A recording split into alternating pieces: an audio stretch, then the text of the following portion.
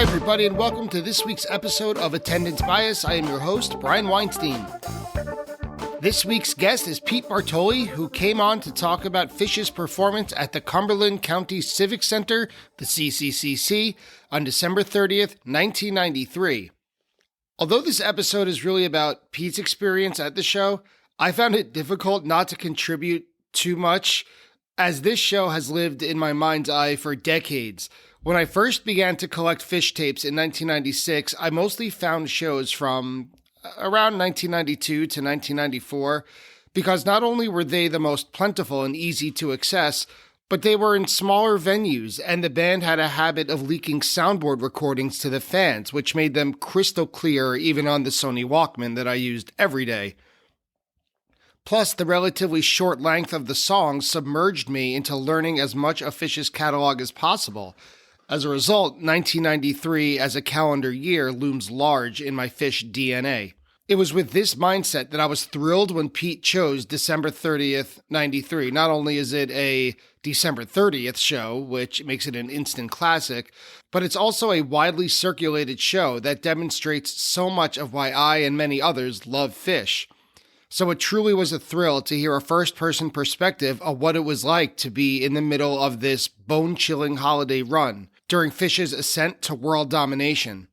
Add in the fact that we are currently rapidly approaching Phish's 2021 holiday run, and it was a no-brainer. So grab your heaviest coat, listen to a bit of Aerosmith, and prepare for a setlist chock full of Gamehenge as we discuss Phish's performance on December 30th, 1993 at the Cumberland County Civic Center in Portland, Maine. Pete, welcome to Attendance Bias.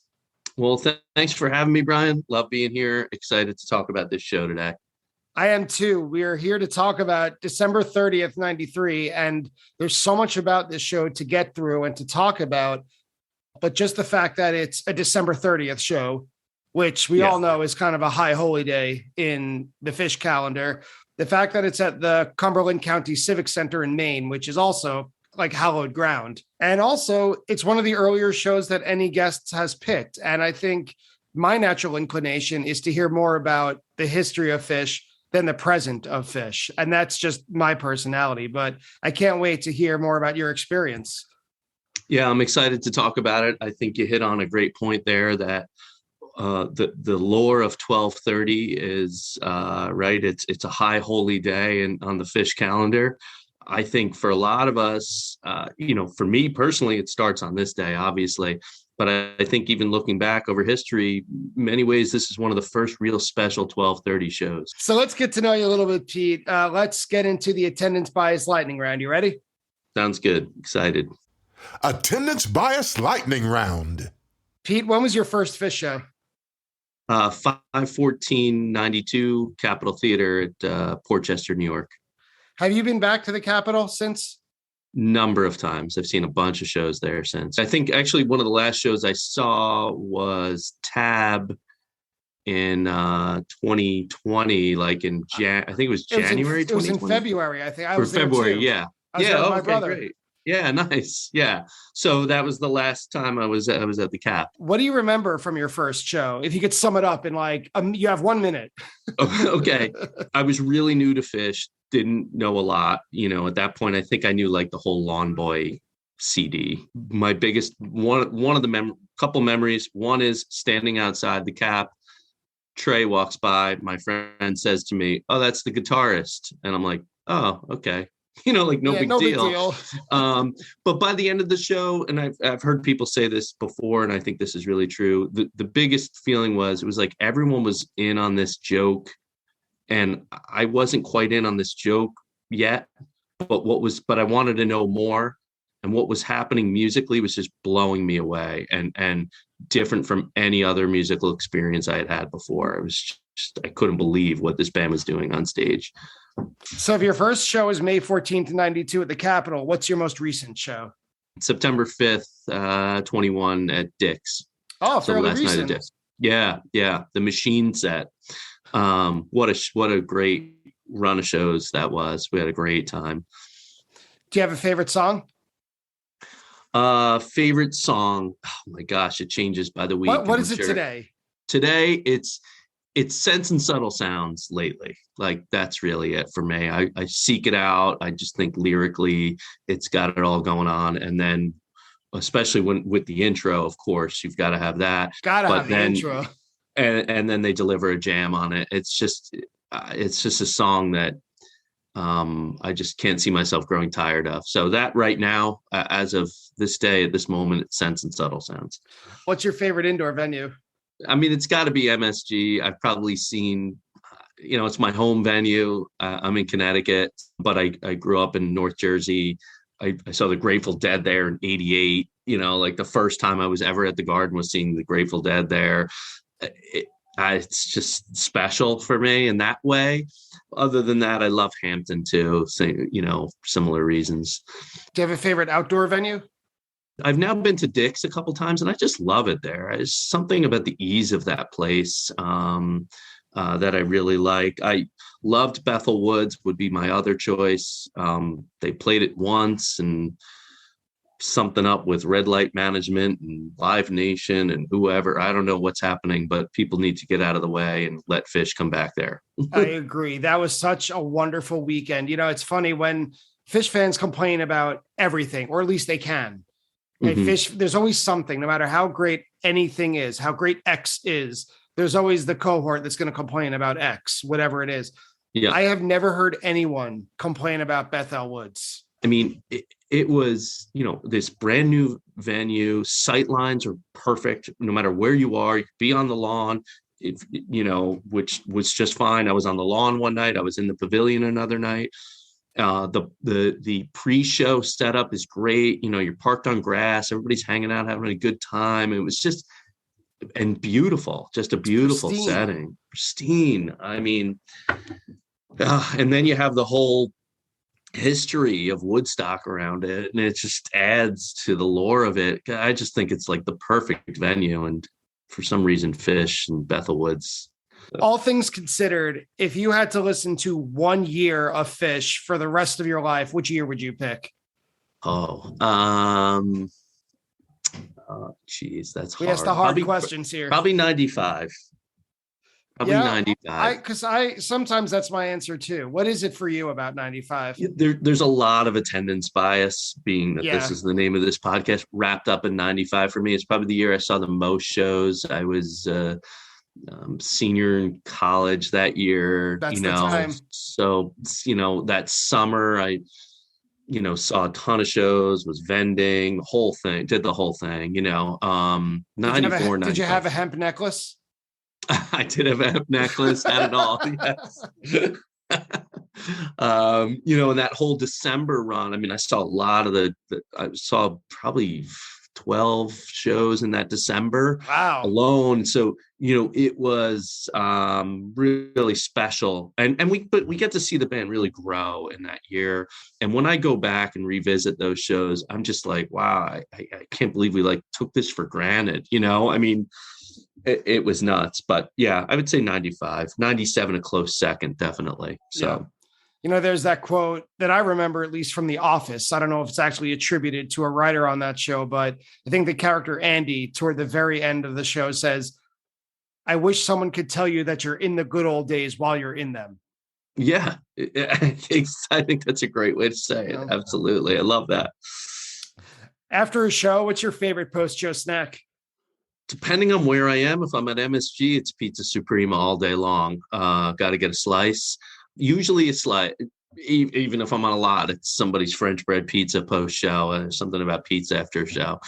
I've heard so many people talk about that place, Pizza Suprema. Now it's on, what is it, so 33rd Street and 8th Avenue? It's on, wherever, the post office side is. I always forget the names of everything. Avenue, yeah. It's right across, right there, right on the same side as the post office, just across. Definitely go to Pizza Suprema. So good. Because I've grown up on Long Island. I live in New York City. I've seen more than half of my Phish shows at Madison Square Garden, and I've never been there.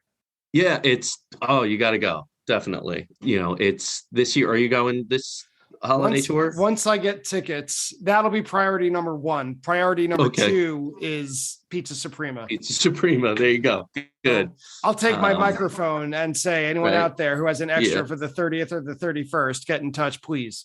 There you go. I'll gladly buy you a slice at Pizza Suprema. That'd be an honor. And my last question, my favorite one, what's the weirdest thing you've ever seen at a Phish show? Definitely John Fishman prancing around the stage naked on Halloween 94. By far the most bizarre, out of this world thing I've ever seen, with his cymbals during the Revolution number 9.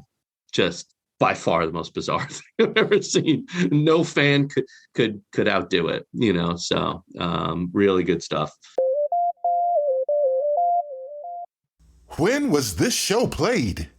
So the 1993 holiday run, today's show that we're discussing was played on December 30th, 1993. And the 93 holiday run was 4 shows, just like it is today, but different in that it was split up between several venues. So the 28th was at the Bender Arena in American University in Washington, D.C. And I remember that was one of my first burned CD shows. I remember going to college. It was the first time I had an Ethernet connection and a CD burner in the same place. And wow. Did I go hog wild? I bet. Yeah. And so that 28th holds a special place in my heart, even though it's not a highly cited show.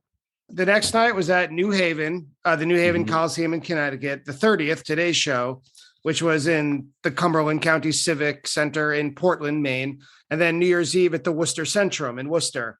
And it's pretty nuts when I was looking into this, that just a year later, they'd be playing New Year's Eve at Boston Garden.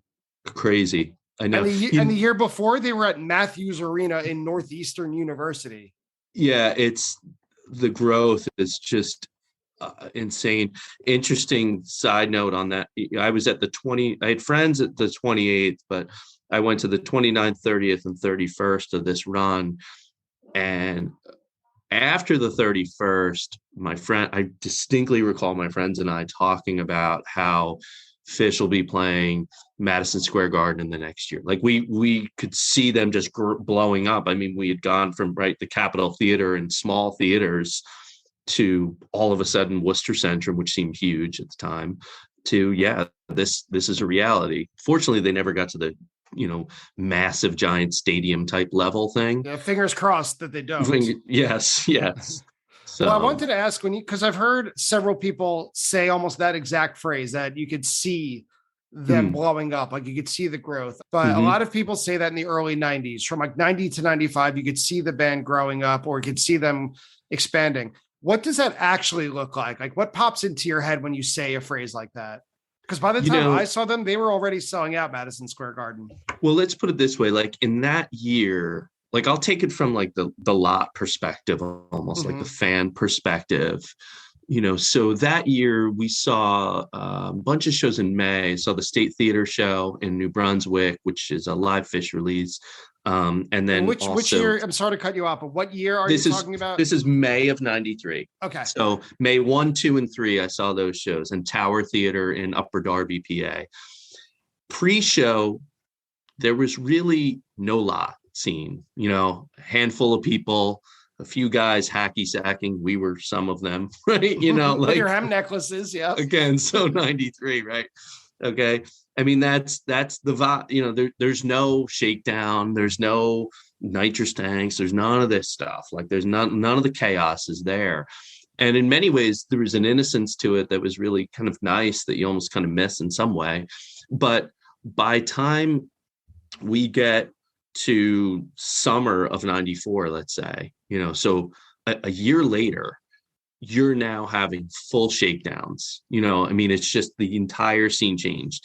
People vending, many more people there. I think from the musical perspective, what changed that I could see was they seemed to really lean into it. What I mean by that is as they got from one smaller stage to a bigger stage, as they stepped up in stage sizes or venue sizes, it's as though they were like, all right, we've got to really deliver here. We're playing on a bigger stage and playing with much more intent. Like when I think of this era, I think of a band that is really intent on making sure everybody leaves this show saying that was the greatest concert I've ever seen. And honestly, we would leave these shows and go, that was the best Antelope ever. That was the best. I mean, it was like a running joke with us. Like every show we go to, it's the best version of this or that.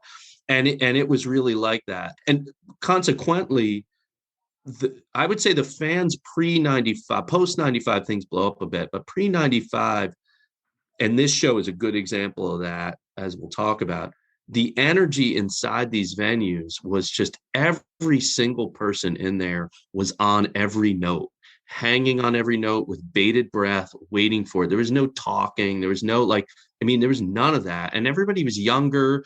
So nobody could really afford to drink really much, so there wasn't even like that whole thing going on. Like there wasn't like a lot of beer drinking and so on. Like there weren't, I don't know. It's just a very different time where people were there for the music. And the band really fed off that, and you could see it in the energy. And talking about energy, it required a lot of energy to go on this run, because I've been all around New England. I didn't grow up there, but I've spent a lot of time in that area, that region. And this seems like an excessively spread out tour. I mean, DC and Portland are not that close to Worcester and New Haven. I mean, Google Maps, I just for fun, I kind of saw what I mapped out. And it was a total of about 11 hours of driving, which isn't tremendous among 4 shows. And it's all along 95 and 84. So maybe on a map, as the crow flies, it looks a lot more than it actually was. Did you go to 3 out of 4 shows? Because I know you said you were at the 28th. So I went to 3 out of 4, the 29th in New Haven. Now I was living in North Jersey at the time. So the 29th in New Haven, that was easy to get to.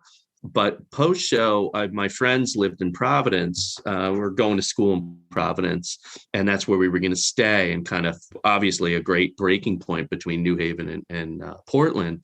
Now, that said, when you walk out of the New Haven Coliseum and there's 6 inches of snow on your car and it's still snowing, and, you're leaving a Fish show, so your frame of mind is a little, right?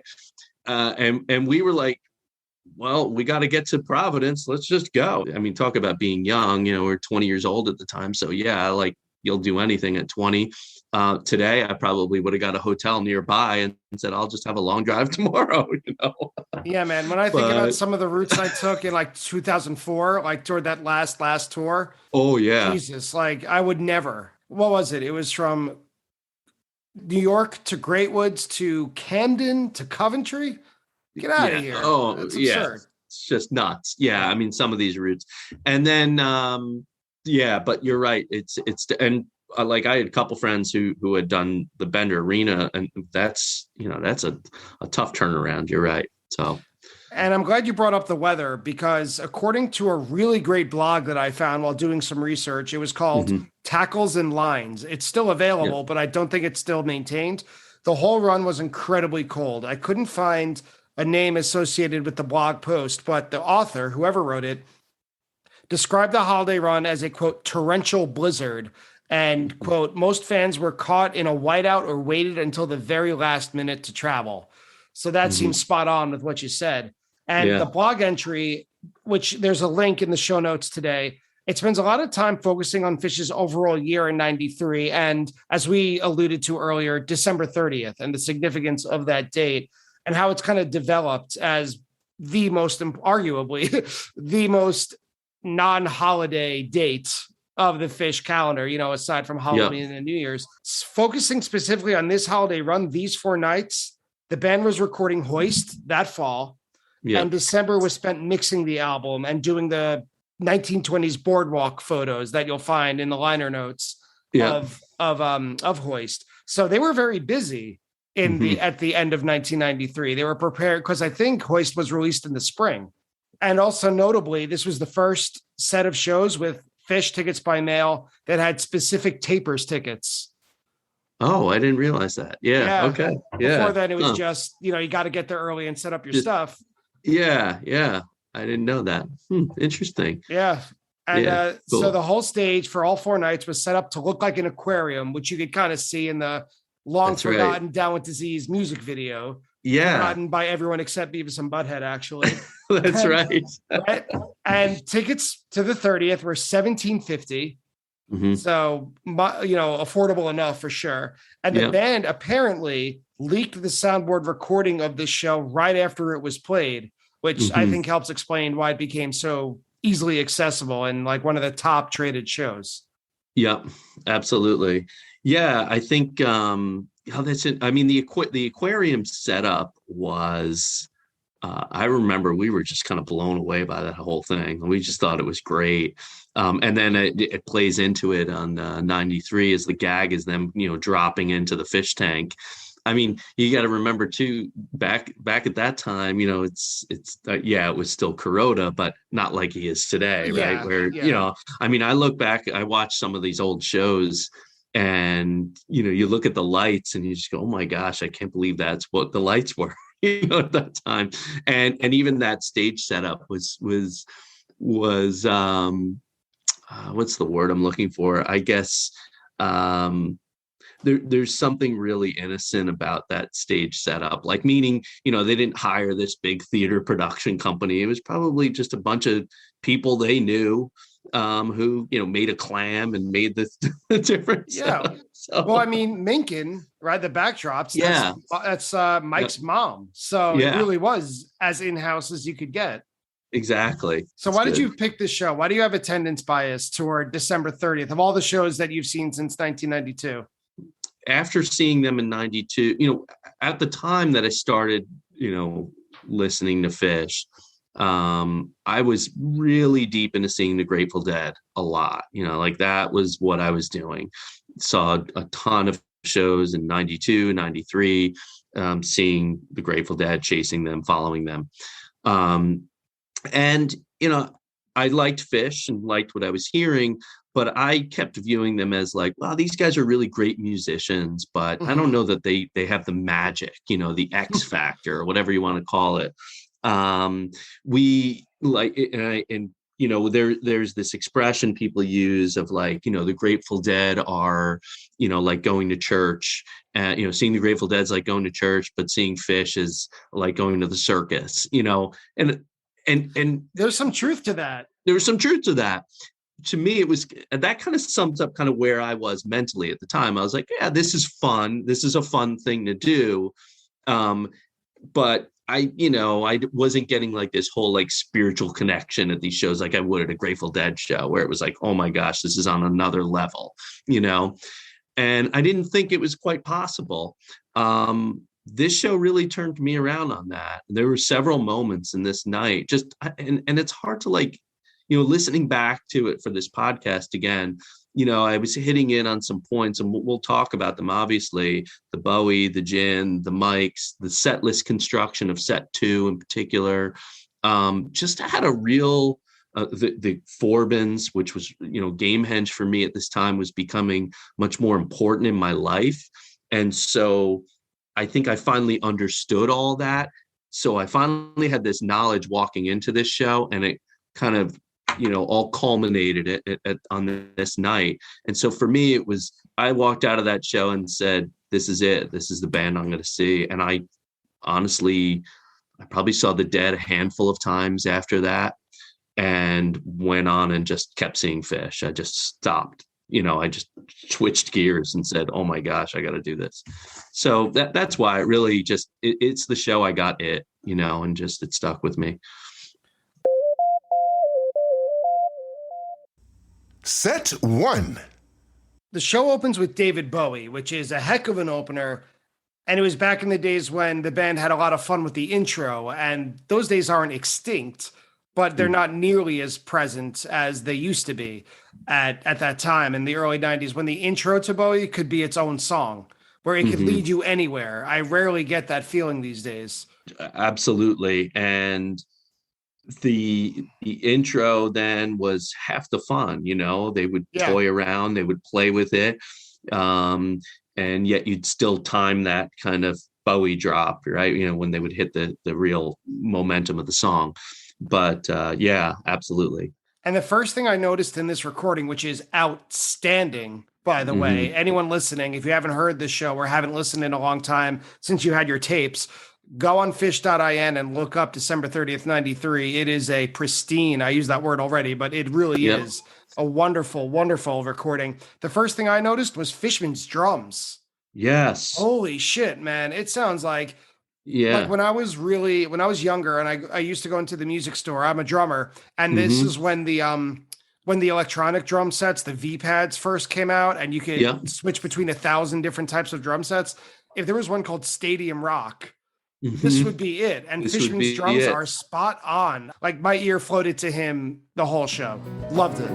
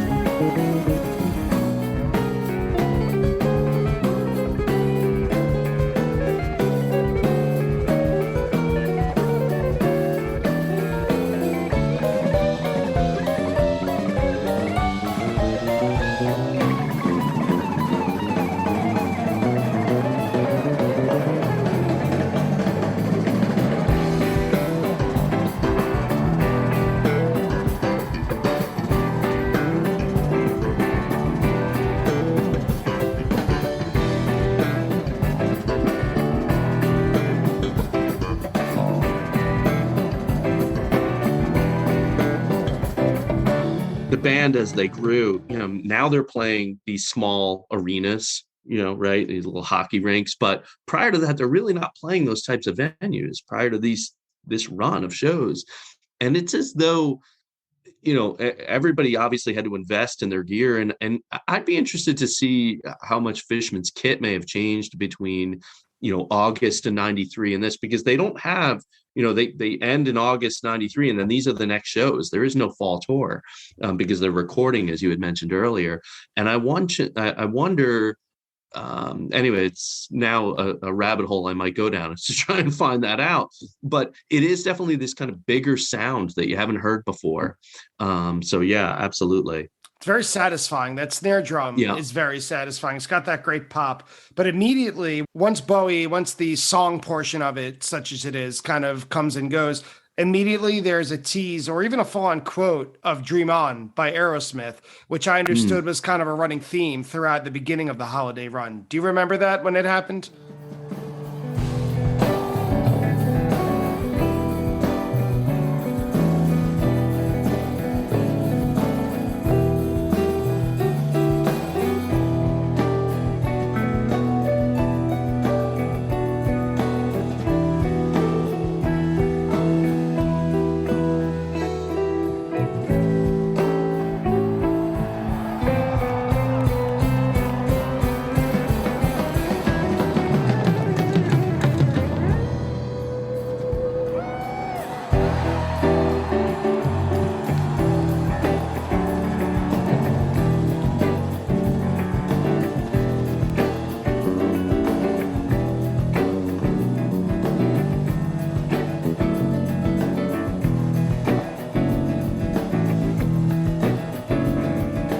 Absolutely.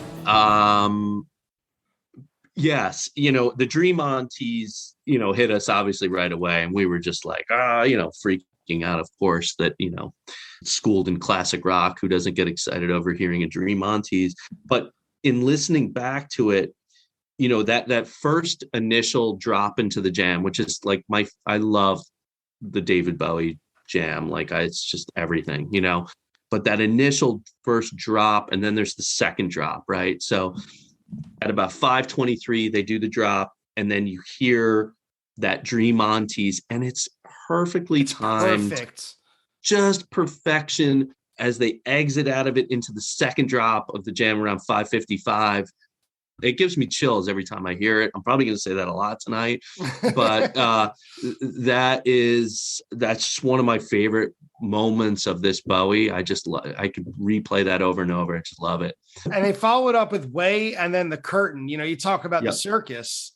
Mm-hmm. These are calliope music. These are the theme to the circus. Way is now rare, but it was played 14 times in 1993 and then 20 times total since. Oh, wow. I didn't realize that. Yeah, I know it's become rare.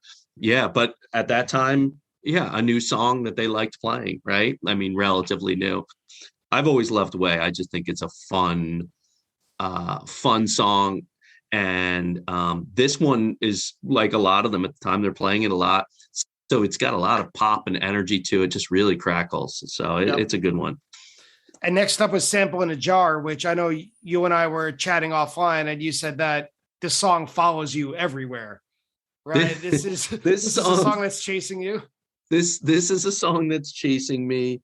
People love Sample. What happened with Sample for me is my heyday of seeing Fish starting about here through 95. I mean, Sample was played every third show, easy, so we got it a lot. And I think that's the only reason why. And it was always pretty much, okay, it's Sample, it's going to rock out, it's going to do its thing, but it's not going to go off the rails. I'm sorry, go ahead. I was going to back up to the Curtain real quick. At that time, the Curtain was super special for us, for me especially. Like a song I really looked for, wanted to see, was really getting into it, loved the composition of it, had no idea about the width at that time. It would take me all the way until the Jimmy show at Baker's Dozen to finally catch the width. I would always miss it by a day. Anyway, the Curtain was always one of my favorites. Love it with. This one's a really good, clean version, classic for the time again, where it's just straight Curtain, no width. Highly recommend people going and checking that out. After Sample, they went into Paul and Silas, which is really right in the thick of their bluegrass dalliance. Maybe the summer was really when they were pushing it. They had, I think, Jeff Mosier come on and play with them in the Midwest. They had a lot of the tutoring of bluegrass, so it was kind of on its way out. But I love that it stuck around, that influence, even though Paul and Silas itself hasn't really. Yeah, I love bluegrass at Fish Show. To me, that's part of the whole thing. Like I want a bluegrass song. It's just fun. Love it in the first set. Paul and Silas always welcome. Interesting side note. I'll never forget. We were getting tapes, of Fish shows. And for the longest time, we called Paul and Silas Hall and Solace. You're not the only person. I've heard that exactly before. Yeah. No idea why. Yeah. Okay. So it's not just us. Alone. Yeah. Yeah. All right. Good. And after that is Forbin's Mockingbird. And my first notes because I was listening to it blind, I wasn't looking at the set list. And my first thing that I wrote down was, they're letting the audience have it with both barrels. They have to know they're spoiling the crowd, right? And I don't know. I'll never know the answer, but they have to be, right? Have to be. And that's how it felt in the room at the time. Colonel Forbin is just like a song that's near and dear. As I had mentioned earlier, like the Gamehenge story for me, I was starting to really connect to. I mean, I was a 20-year-old, super idealistic, wanted to commit my life to one of virtue and avoiding avarice and greed and all of that. I was fully on board with the book. So getting it was really special. And again, it added to the aura and magic of that night for me. Trey, not only is it played really well, because again, it's at a time where they're playing Forbin regularly. It's not like, it wasn't every other show, certainly. I mean, it was played. They still kept it just rare enough that it was special every time it was played, but played enough that they were tight with it. And the story he tells is a real fun one, and just worked really well with that surfboard story.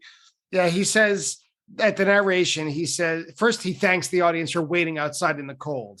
So they always know what's going on, whether That's they ever make reference to it or not. They always know. He says, thanks for waiting out in the cold. And then to segue into it, he says how we're playing in a hockey rink where under those of you on the floor, you're on plywood pieces and underneath you is ice. And so he says, if you try real hard, you could feel the vibrations beneath your feet. You're not really in a steady building. It's moving. And so Mike, right on cue, starts to rumble the lowest register of the bass. And he goes, and now he does this whole thing Trey does, where you're now floating out in the middle of the ocean. There, he's floating on his little board over there, and suddenly out in the distance you see on the horizon a swell coming in. It's it's big, and you know it's big, and you see it coming, and it's coming closer and closer, and as it gets bigger, you're starting to get a little scared because it's mighty big. It's way off in the distance now, but as it comes off, it's a huge wave coming towards you, building up in energy as it comes, and you're hanging on, getting ready, building up, and you start to paddle a little bit, and you're moving over sideways, trying not to get in the wrong spot. You're coming, as it comes up, it's just a mountain, a wall of water looking up at you. You get on your board, stand up. So now you're riding on this mountain of water, and as you ride, it seems to get bigger and bigger. You're tucked inside the whole thing. You're riding along. Suddenly you realize it's too big. You're tipping over. You're gonna find it. Oh!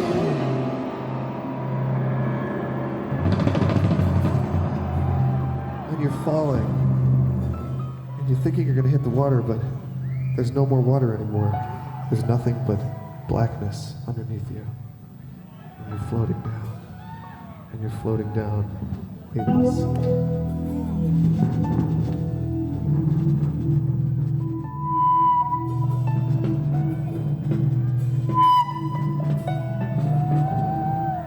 You look off into the distance and you see a tiny green speck floating through the air. And you follow it. You follow it with your eyes. It comes towards you and starts to get a little bit bigger. And it starts to kind of take a shape of like a geometrical plane, bigger and bigger, and you realize you're getting drawn towards it with its tiny gravitational pull until you're up above it. And suddenly it starts to take up your whole plane of vision, and you find yourself floating gently down towards it, and you realize that you're about to land in Cumberland. As your feet go down, the green. And in my head, I'm not a big fan of practicing yoga. I've tried it a few times, and I'm like, is he starting Shavasana right now? Like, is he trying to get everyone to relax? That's right. That's great. I love it.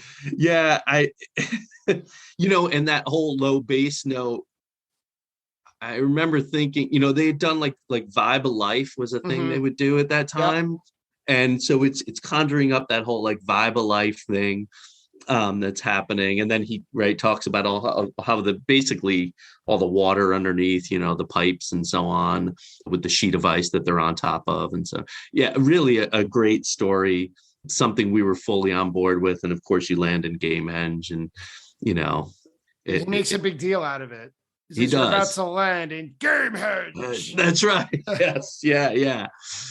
So it's full force. And it shouldn't be lost that this show is, I mentioned earlier, in the thick of New England. This is, I think it was Steve Lacy who I had on the show. He's an anchor for Fox 5 News in New York. Yeah. And he picked a show at Great Woods in 99. And he really made a big deal of historical reference that before New York, before Madison Square Garden became the center of the Phish universe, that it was New England. It was New England. Boston. Yes. And so to play in Portland, Maine, they're treating the crowd. They really are. It's a hometown crowd. Yeah, it's still, I still have to adjust my mind mentally to not associate them completely with New England. I mean, they barely play New England anymore, it seems like. But yeah, I mean, they were, their first big gig was really Boston, and then grew up from there and so on. But yeah, and that does, and so for them to play Gamehenge in Portland, Maine, absolutely special. And it's funny that the next song, Rift, that's like the break. That's the breather. Yeah, Rift is. Yeah. Yes. Exactly. After you have Mockingbird, and then you've got your Rift here, and Rift at that time again, Rift was just a well-oiled machine. It was super tight. Yeah. It was on the Rift album, which came out in February of that year.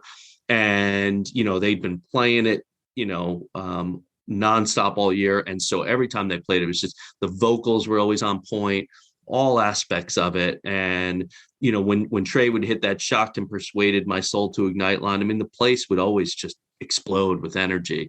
Talk about goosebumps, right? Yeah, just always fun. And after that is Bathtub Gin, and this is right before Bathtub Gin became the jam monster that we know it as now, and that it really came into its own in 94, 95, 96, and beyond. Yeah. So this version is 11 minutes, And it's still listed on the Fish.net jam charts. It's still impressive in a relatively small package relative to the song, at least. Yeah, I mean, they get pretty well into the jam by about 5 minutes in, which is pretty quick.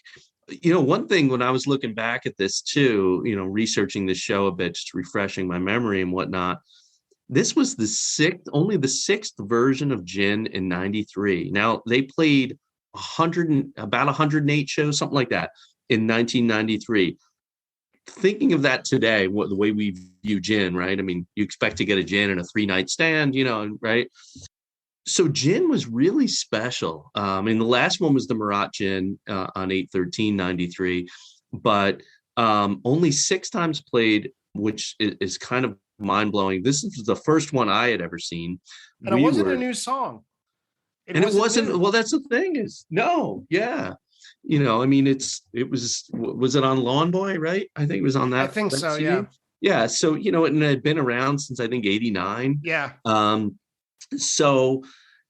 for some reason, it was a song they just kind of set aside. And it was a song I loved and desperately wanted them to hear. So them playing Gin on that night was a big deal for me. I mean, I was freaking out. Like, this is, to me, it was a bust out, at that point.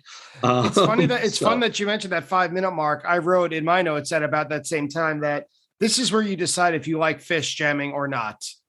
Obviously that's a huge statement. That's impossible to quantify, but in my head, like, this is Fish at around the 5 or 5.5 minute mark. And then it's a minute later at 6:45, you're in a completely different song.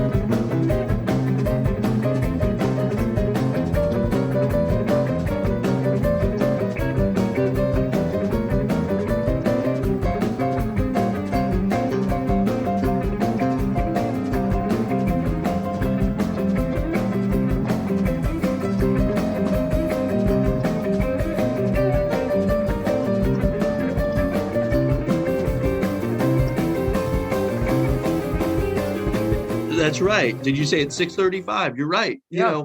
And it's funny, in my notes, I've got a very similar take here that, they really start to fragment, which was really that jamming style, right? Build it up and deconstruct, and deconstruct it into its parts. I'm sure there's a musical terminology for that is eluding me, but that we're not smart enough for. We're not smart enough for that. So to me, it was this deconstruction.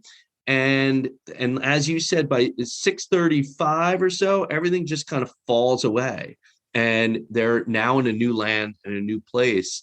And again, this is still kind of new for Fish in some ways, where they're taking it. It's not quite fully type 2 jamming, I guess, but it's kind of walking the line between this type 1 and type 2 jamming. And I agree with you that that's the moment where you go, I either really like this, that this is something where I'm having to work to stay inside the rhythm here, and like, where are we in this? I love that. Like, for example, melt jams of this era from 93 to 95.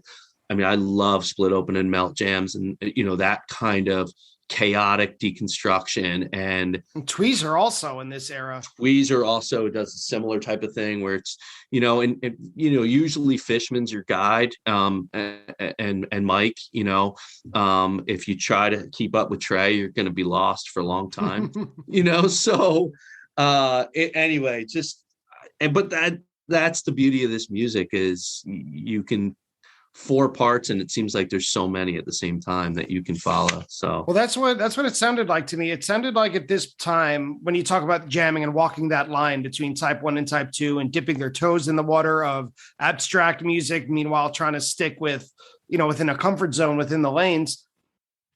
It sounded like it was the whole band had ADD, and they would follow any inclination that any one of them had for about 8 seconds, 4 to 8 seconds. And if it piqued their interest, they would stick with it. And if it didn't, you'd be on to the next thing. And toward the end, there was this like double time jam where all of a sudden it speeds up at about, let's see, I have it around 8 minutes or 8 minutes and 15 seconds. And then they end it and it goes right back to traditional bathtub gin. It's mind blowing. Yeah. In 11 minutes, this package has an entire universe.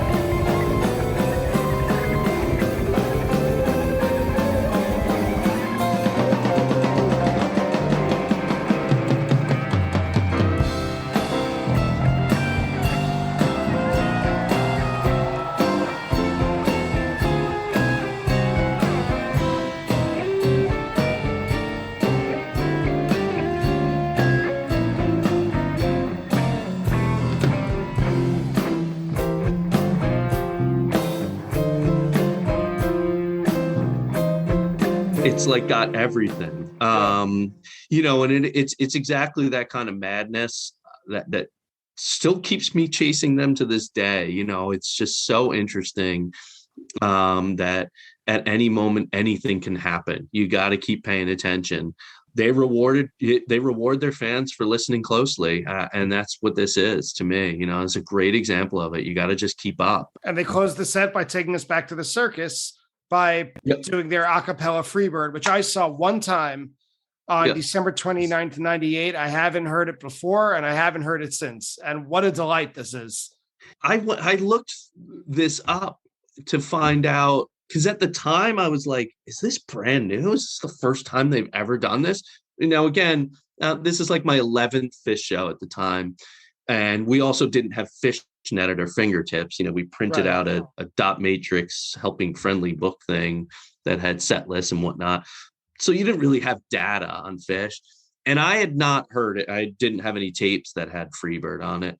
So for me, I was like, what are they doing? This is insane. And like you said, it's this comic relief that happens, like at the circus. And after all that, after the Bowie, the Forbins, the gin, rewarded with some hilarity and marveling at how one could actually vocalize the Freebird jam to perfection. Well, that's the thing. Like any good comedian, they take comedy very seriously. Yes. Yeah. It's not just a goof. It's also, it's funny enough that a band's going to cover Freebird, but with Fish, it's never a simple joke. We're going to cover Freebird, but more than that, it's going to be a cappella. And more than that, even the whole solo and rock middle of it is going to be a cappella too. Yeah, exactly. Like you pay for one, you get 3 back. That's right. So funny. Set 2.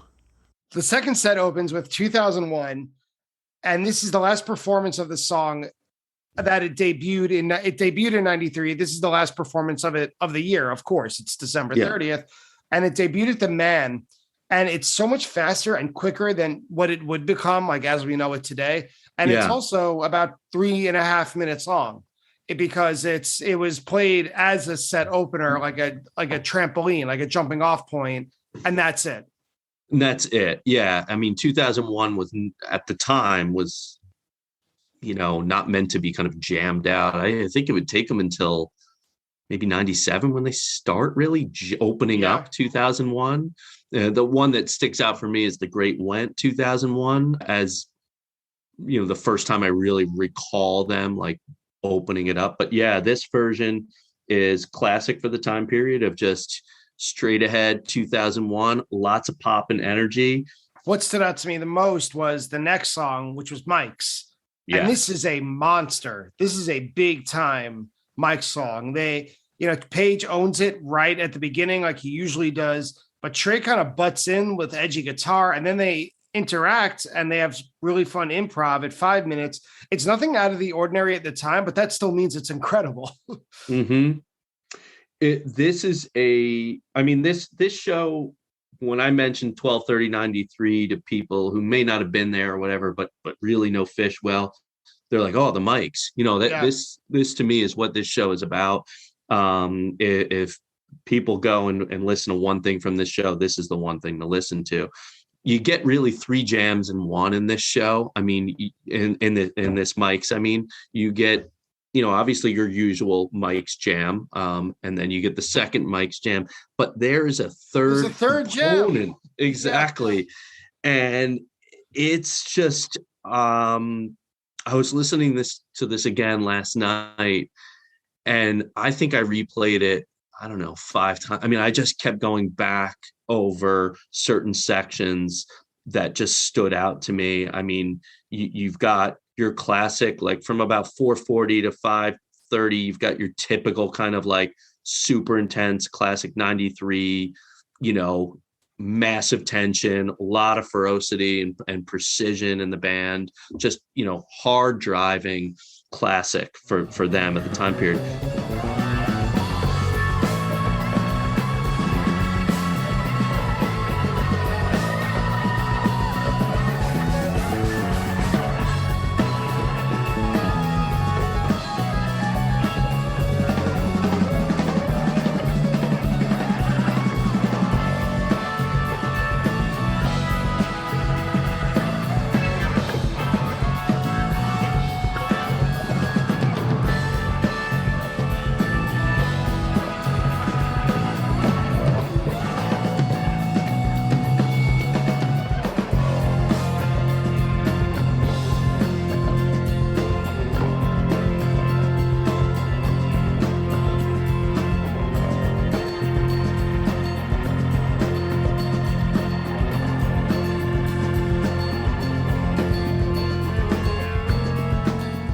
Second jam, around 6 minutes.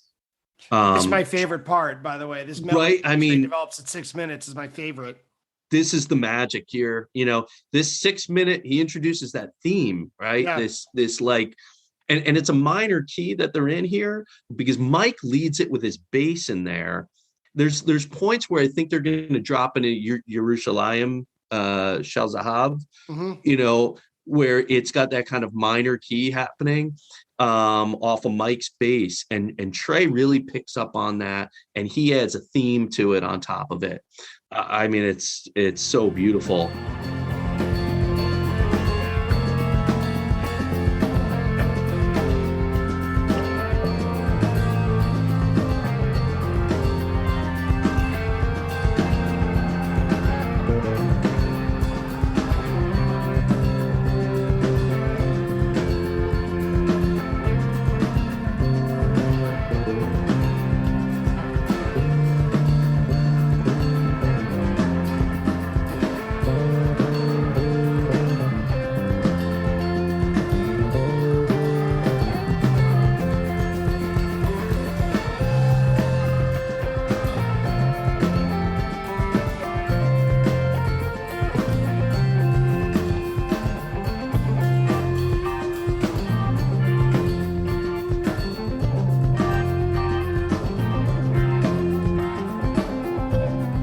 and that theme builds through a peak from about 7:30 to 8:50, where it really peaks out, and they resolve it around like 9:10 back to that original like Mike minor lead. Mike again takes over.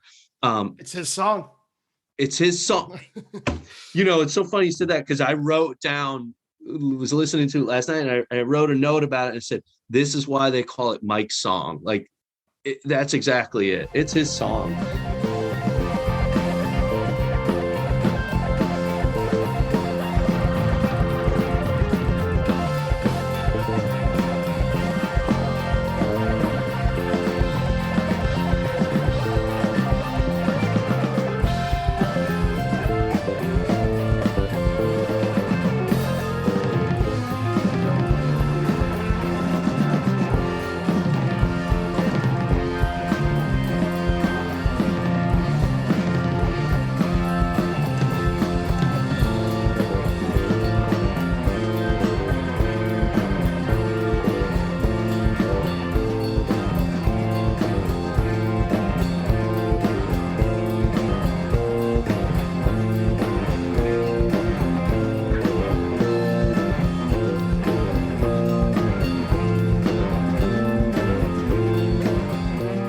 And this is just such a good version. That third jam that you mentioned, what I wrote down was that last burst of energy was like when you're squeezing that last little bit out of the toothpaste tube and you think it's completely empty, and you think you're like, all right, I got to open the new toothpaste, but like there's still enough left to brush your teeth once more. Like that's what it was like listening to this. It's like, oh my God, there's more here. I thought this Mike song was over. It's not. Exactly. I mean, you think around 9 minutes, you think you're pretty much done or so, like it's about there. Around 10:14 to 12:04, that period, Mike really takes the lead there. But Trey places these chords just perfectly. I mean, he sits back and lets the band do their thing. And then he comes in and just perfectly places chords over this kind of ominous groove that they've built. Mm-hmm. And again, you can just kind of see it being in the building at the time. It's, the steam is billowing around the stage, right? That's their whole like stage dynamic at that time is heavy steam. And I remember being at that time thinking, wow, this is like this really dark new place we've entered, and I love it in here though. You know what I mean? It's nothing scary about it. Still get that feeling at Phish. Still get that feeling. And the thing I think about with Phish, and even just seeing, this year at Dick's, seeing jams that develop that sound as though they've surely they've written this down and practiced this, right? I mean, this sounds composed. This is a good example of that, where you have a jam that sounds as though these guys worked on this ahead of time or something. And, they didn't. It's all created spontaneously before our eyes. Just amazing. What a good Mike song. Yep. And then it slowly quiets down to Horse into Silent, which is played, by the way, the Horses, at least, with an acoustic guitar, which is a perfect breather. My first thought was 1993 was a beautiful time for Phish set lists. They go right into Punch You in the Eye, which is refreshing to hear this song in a non-set opening spot. It could just pop up anywhere. Page was doing some pretty fun beat boops. This is my technical term. Beat boops during the intro, which I don't hear that often, but I liked it a lot.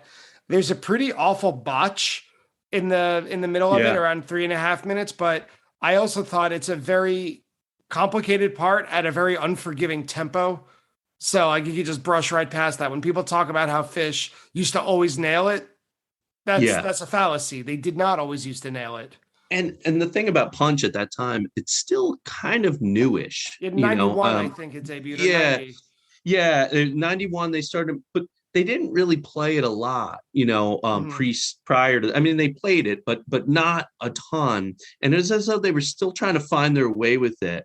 One of the things that's interesting is in the intro, there's this kind of strong Dave's Energy Guide vibe to it. And I could be some of the beat boop you're talking about in terms of the keyboard stuff. Yeah. And I think that's at least something I pick up on there too. I'd seen it at the Tower Theater in May of this same year, but I didn't really even recall seeing it. So I didn't know it well. And the energy of the crowd on the Hey chants. I mean, to this day, I was like 5 rows up off the floor, about 10-yard line from the stage on Page side. And I still have this lasting image of just this crowd just fully, ferocious energy on those Hays during this, and just everybody full-throated with the band. I mean, really high energy, but yeah, a little sloppy early on. It happens. And then move on to McGrupp. And I thought, if you include Punch You in the Eye, how many Gamehenge songs have they already played? They're just shy of a full narration. But McGrupp is a fun side track, if you can even I called it that, because I don't know, it just felt different in the whole flow of the set so far.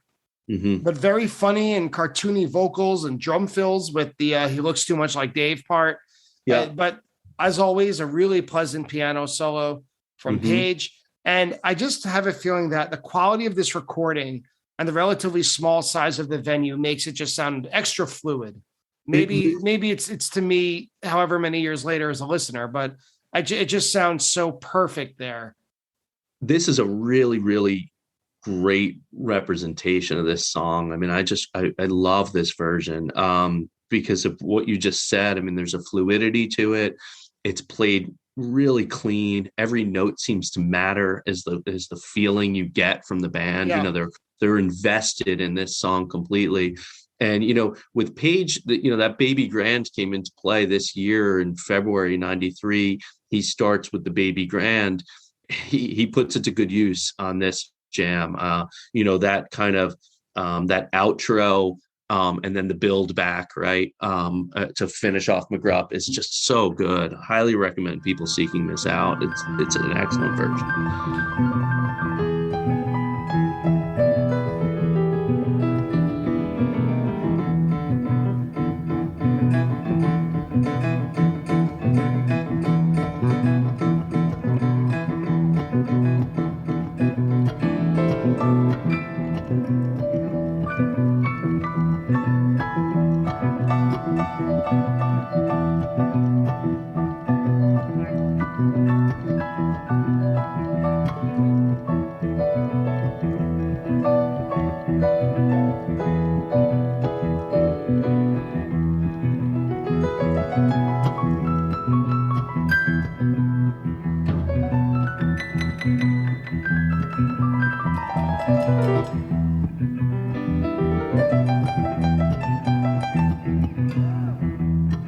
And by the time they close it with Weekapaw Groove, I completely forgot that we started with Mike's. Yeah.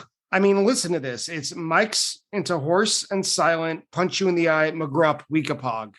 Yeah. What great. What kind of random setlist generator came up with that? It's you don't see or hear that every day. And all of it segues, Mike segues beautifully in Hoarse, the Silent they go right to Punch with it, McGrupp, before on the final notes of McGrupp, you can hear Fishman hit his hi-hat and snare and boom, we're off, he's ready to go. The set list construction right here is if you're into that sort of thing, this is an exciting one. Love a big Mike's Groove sandwich. Yeah. And Weekapaw, everyone is very aggressive right away.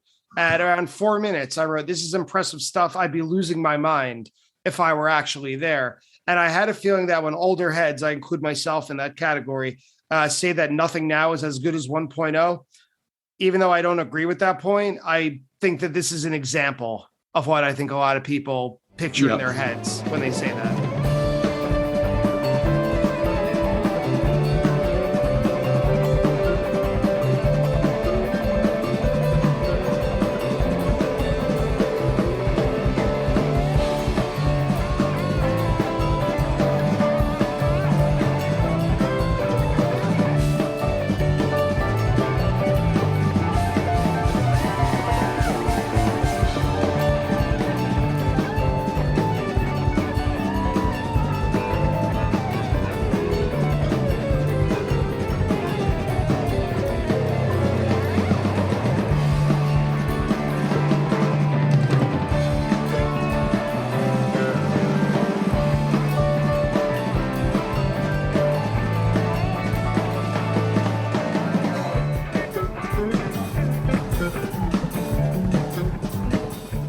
Yeah, there's something about the energy and the playfulness of Trey's playing. Weekapog at this, this is just one big, everybody busting out their best dance moves, right? I mean, that's what's going on at this moment in that building.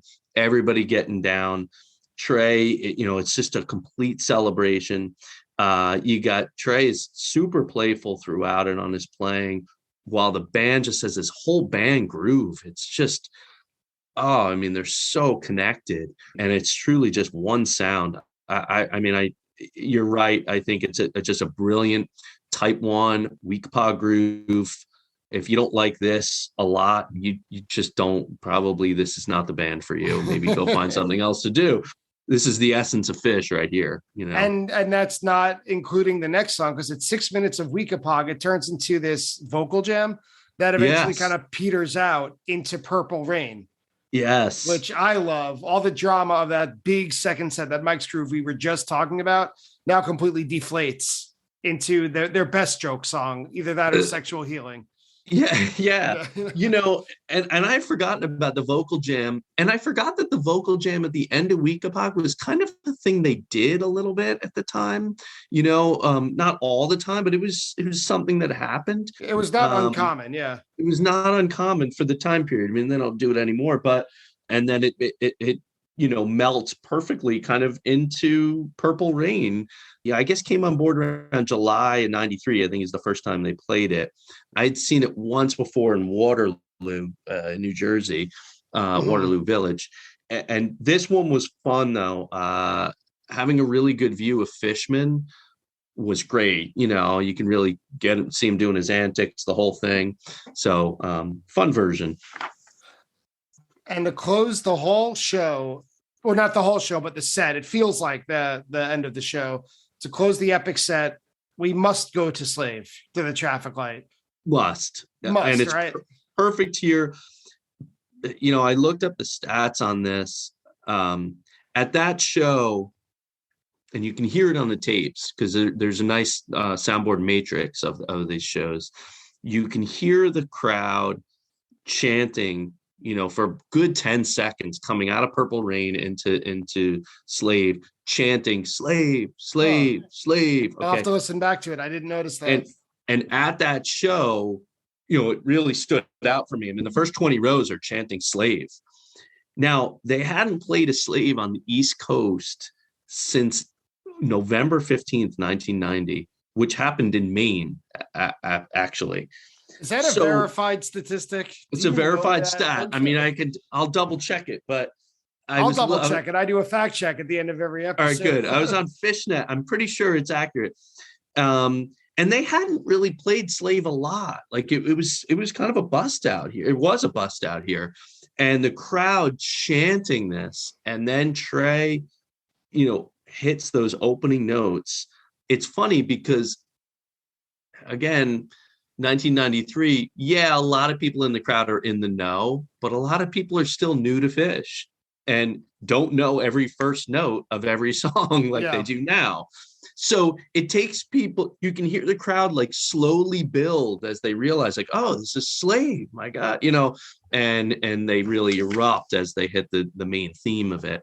But a special Slave for that reason. And that blissful peak at about 8 minutes closes out the set before the encore, which is the prototypical encore. This could have happened yesterday, and it could happen again tomorrow, of Rocky Top and Good Times, Bad Times. Standard. Yep, absolutely. And Trey just shreds it, an opportunity to melt faces one last time.